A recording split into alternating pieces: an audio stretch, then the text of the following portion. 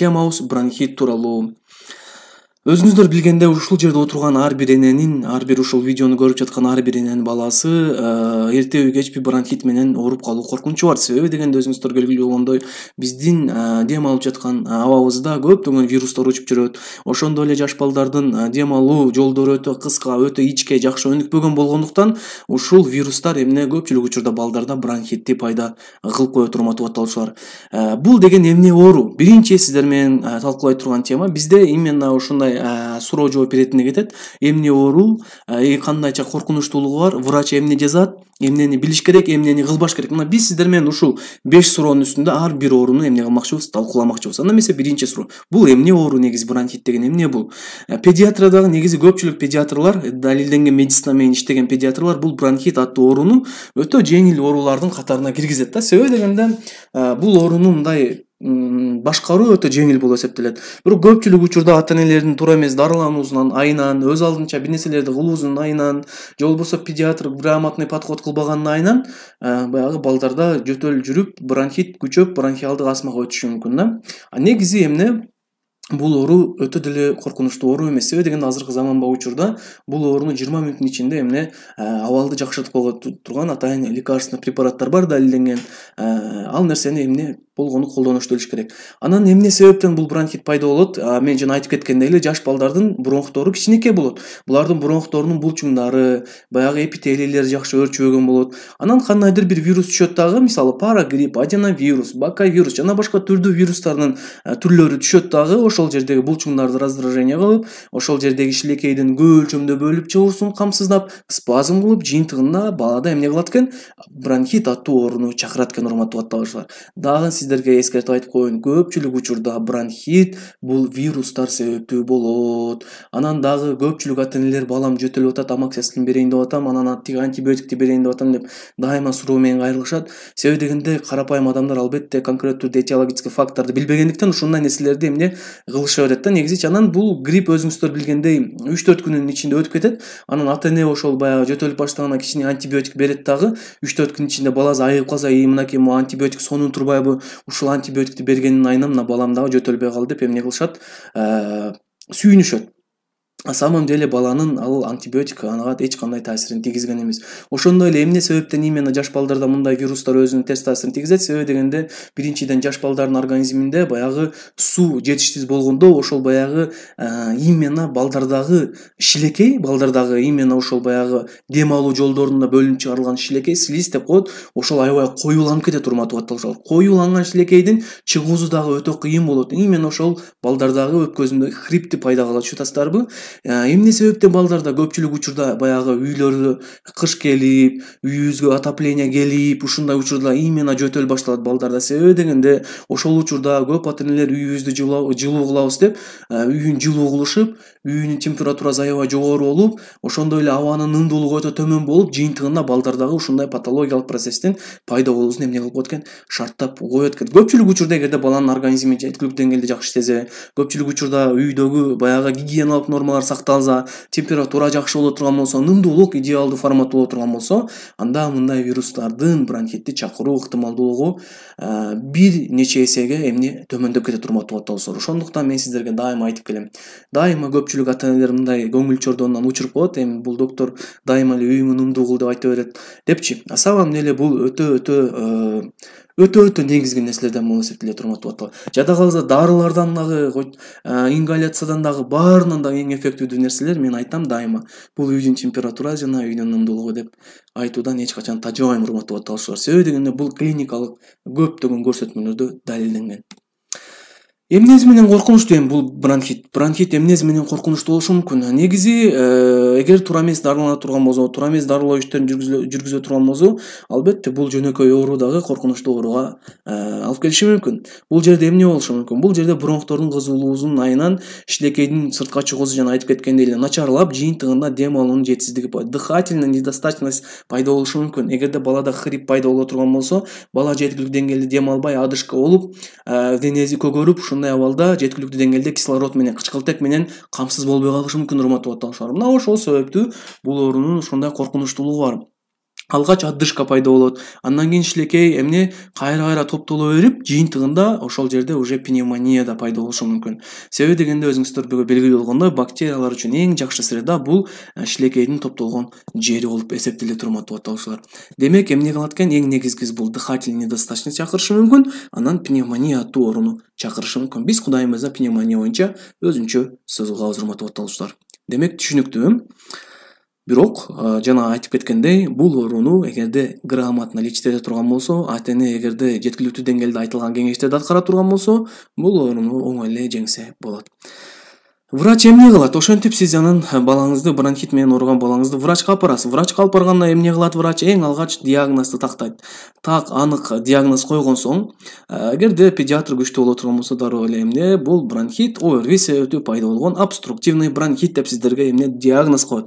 Анан ал диагнозду койгон соң, конкреттүү түрдө сиздерге уже ингаляция кылууну сунуштайт. Эң алгач эмне Берадуал деген препарат бар, сальметрол. Мына ушул препараттар менен эмне бул препараты первой линии деп коет. Ушул препараттардын жардамы менен именно баягы балдардын кичинекей бронхторун баягы ачыш үчүн, ал жерде спазм болуп атат да, ал жерде баягы шилекей көп топтолуп кетти, бронхтор спазм болуп, баягы дем алуу жолдору ичкерип жатат. Ошол нерсени кеңейтүү үчүн, спазмды кетирүү үчүн эмне кылат? Берадуал менен ингаляция кылууну эмне врач сизге сунуштайт. Конкреттүү түрдө сиздин балаңыздын жашы канча, балаңыздын масса телосу канча, ошол нерсени конкреттүү түрдө текшерип көрүп, анан ошого жараша дозировкасын так жана туура аныктап, сизге кылууну үйрөтө турмат аталышуулар.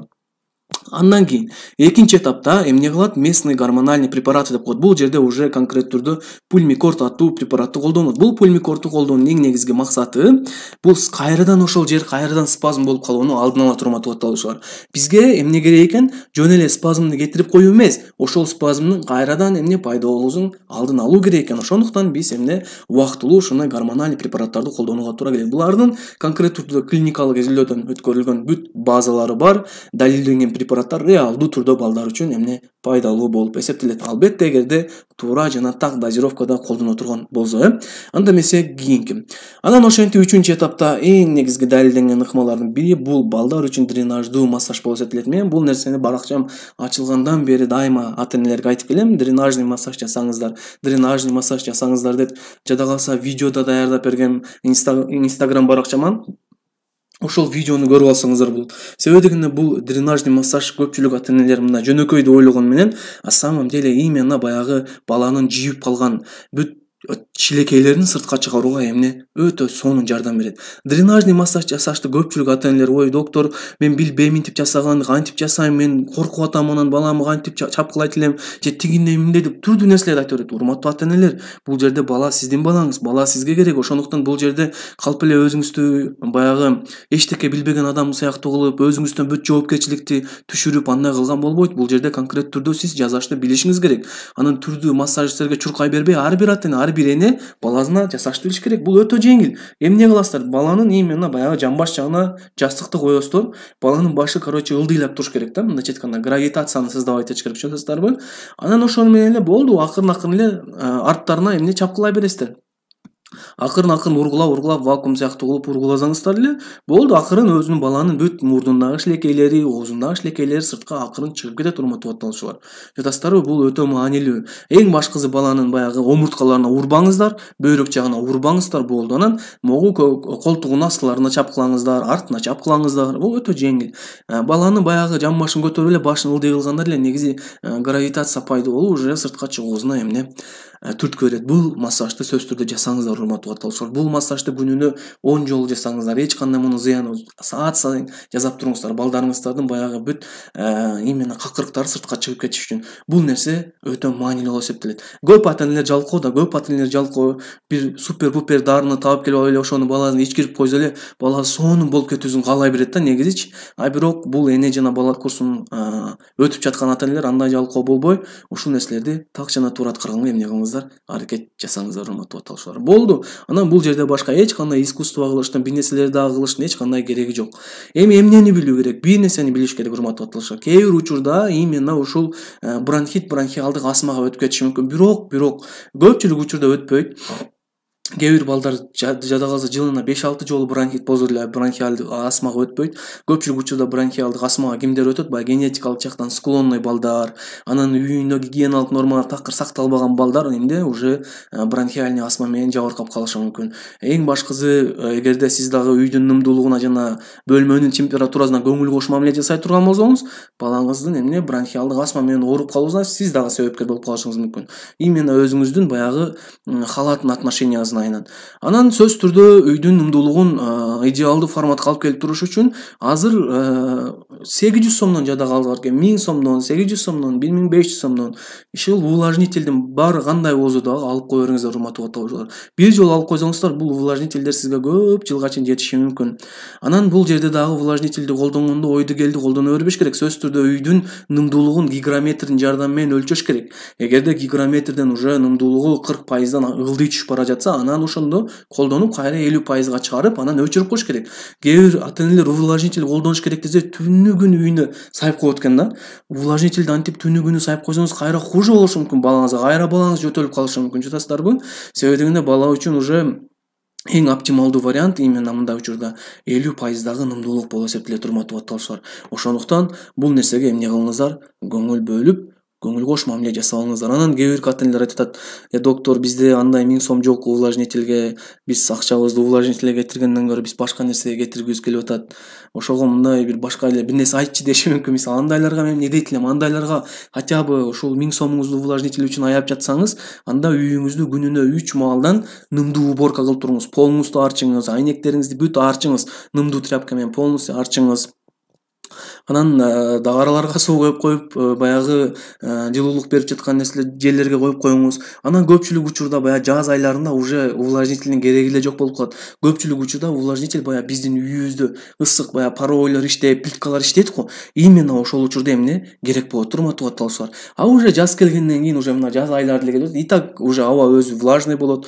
Уже андай эмне талап деле кылмайт. Увлажнитель в основном ошо кыш айларында жаңы отопление берген учурларда эмне баягы кереги тиет. Анан увлажнительди дагы колдонуудан жалкоолонуп жатсаңыз, ошо үйүңүздө жана паластарыңызга, шырдактарыңызга жана башка нерселериңизге атайын андай баягы игрушкалар бар го, суу чача турган. Именно ошолор менен баягы чачып нымдуу кылып койсоңуз, хотя бы ушул да канчалык бир деңгээлде үйдүн нымдуулугуна эмне өз таасирин тийгизет. Анан эми антип кыйналып отурбай увлажнитель бир жолу алып койсоңуздар, ошол дагы сиздер үчүн чоң пайдасын тийгизет, урматтуу отоочулар. Анан эмне кылбаш керек эми бул жерде антибиотик ичүүнүн эч кандай кереги жок. Көпчүлүк ата-энелер эч умный боло бербеңиздер, өзүңүздөрдөн өзүңүздөрчү кыйын болуп, мына мен антибиотик бериле балам айыктырып алгам, зачем врачка алып барып, анан мындай тигиндей деп аптекага бара калып, клавамет деген сироптон алып, анан ошону берип балдарыңызга, анан жанагындай түшүнүксүз фуфло жана анаферон сыяктуу дарылардан берип, бул учурда андай нерселердин эч кандай кереги жок. Сиз андай препараттарды бермей тескерисинче балаңызды кыйнайсыз. Анан көпчүлүк ата-энелер жөтөлүп атса эле дароо баланын жөтөлүн баскызы келет да. Иши кылып бала анын алдында жөтөлгүсү келсе да жөтөлбөй туруш керек экен да. Урматтуу ата-энелер, бир нерсени билип коюңуздар, бул жөтөл деген нормалдуу түрдөгү физиологиялык процесс. Кайра балаңыз жөтөлүп жатканда сүйүнүңүз. Себеби бала ошол бүт көкүрөгүндөгү зыяндуу заттарды сыртка чыгарып атат. Жөтөлүн жок кылам деп антип аракет кылыштын кереги жок бул жерде. Тескерисинче балага жардам бериш керек ошондой зыяндуу заттардын сыртка чыгуусуна. Жатасыздарбы? Ошондуктан анан дагы сразу эле больницага алып баргандан анан бизде дагы эмне дейт, мынтип ойлошот да көп врачтарчы. Вот, азыр уже вирусный инфекция болду. Эми бул жерде уже какырыктар чогулуп жатат. Анан уже бул жерде конкреттүү түрдө сөзсүз түрдө бактериальный инфекция пайда болот да, бала пневмония болот. Пневмонияны алдын алыш үчүн бактериялар ошол баягы бронхтордун жолдоруна жетиш үчүн дароо антибиотик назначение кылсам болду, сонун болуп калат бала деп ойлошот. А самом деле бул жөн теория, урматтуу отоочулар. Мындай нерсе иштебейт, мындай нерсе эч кандай клиникалык изилдөөдөн далилденген эмес. Бул жерде ни при чем ал бактериялардын түшөбү, түшпөйбү. Бактериялар түшкөн учурда дагы эгерде баягы шилекейлер сыртка чыгып турса эле болду, спазм жок болсо болду. Уже баарын уже биздин иммунитет клеткаларыбыз өзү эле талкалап коет. Вирустарда, башкаларда. Бул жерде түшүнүп атасыздарбы? Бул жерде эң негизги баягы шилекейлерди сыртка чыгарып, спазмын кетирип коюу бронхтун болду. Калганын уже адамдын организми уникалдуу, уже какырып күкүрүп отуруп эле эмне айыгуусуна уже шарт түзүлөт, урматтуу катталуучулар. Бул жерде уже абсолюттук түрдө антибиотик назначение кылынбайт. Анан ошентип баягы эгерде температурасы 39-тан өйдө болуп, действительно кээ бир балдарда мисалы 1-2 күндө эле мисалы пневмония пайда болуп кетиши мүмкүн.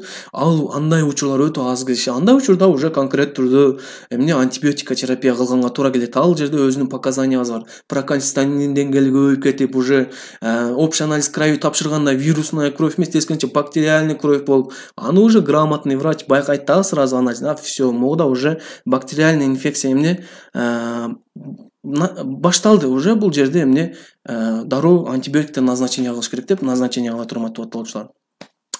Анан дагы баягы акылдуу ата-энелер бар, акырын отурушуп алып соода менен ингаляция кылышат. Анан түрдүү жанагы антисептиктерди куюп алып ингаляция кылышат. Мындай нерселерди кылуунун эч кандай кереги жок, урматтуу катталуучулар. Мындай нерсе тескерисинче баланы хуже кылышы мүмкүн. Ошондуктан мындай өзүңүздүн оюңузга келген нерсени оттой бербей, мындай кичине өзүңүздү акылдуу сезе бербей, бул жерде уже конкрет түрдүү врач менен кеңешип, ушундай иштерди эмне жасаганга аракет жасаңыз. Себеби дегенде бул жерде балаңыздын ден соолугу өтө маанилүү. Ошондуктан антип көңүл кош мамиле жасап, эчтеке болбойт деп эле бир нерселерди кылып, попробовать этип ушинте бербеңиз. Анан мындай учурларда эч качан подружкаңыздан, коңушуңуздан жана башкалардан эч кандай кеңеш сурабай эле коюңуз. Себеби дегенде алар ойлошот, өздөрү ойлоо, баягы баласына бир нерселерди кылып коюп, баягы совпадение болуп калып, баласы айыгып калган болсо, сен да ушуну кыл дейт, бирөө айтат, муну ичирип сал дейт, тигини ичирип сал дейт, анан стрептосит аралаштыр, мукайлтин, дагы стрептоситти кошуп, бал кошуп, пиясынын суусун кошуп туруп балаңа берип салсаң дейт, вообще супер-пупер болот дейт. Урматтуу катталуучулар, мындай нерсе иштебейт. Мындай нерсе макул иштеши мүмкүн. 10 адамдын 2-өзүндө иштесе, 8-ине иштебейт. Вдруг ошол иштебеген 8 адамдын ичинде сиздин балаңыз болуп калган болсо, кайра хуже болот. Ошондуктан эмне себептен далилденген медицина эмне бул өтө керек. Себеби дегенде далилденген медицина деген бул кайсы бир препарат 10 адамдын ичинен 8-ине иштейт, 2-өөнө эле иштебей калган деген нерсе да. Ошондуктан бул жерде конкрет түрдө клиникалык изилдөөнөн өткөрүлгөн препараттарды эмне колдонуу сунушталат, урматтуу катталуучулар. Түшүндүңүздөр, Бул сабак эне жана бала аттуу менин автордук курсумдун 6-сабагынын үзүндүсү. Эгер автордук курсумду толук көрө турган болсоңуз, Турабеков мобилдик тиркемесине кирип, эне жана бала курсун сатып алууну сунуштайм. Ошол жерде жаш балдардын маселелери жана энелерге тиешелүү оорулар кенен айтылган. Сиздерге сунушум бул курсту сатып алып, энелердин жана жаш балдардын ден соолугун чыңдоого аракет жасаңыздар.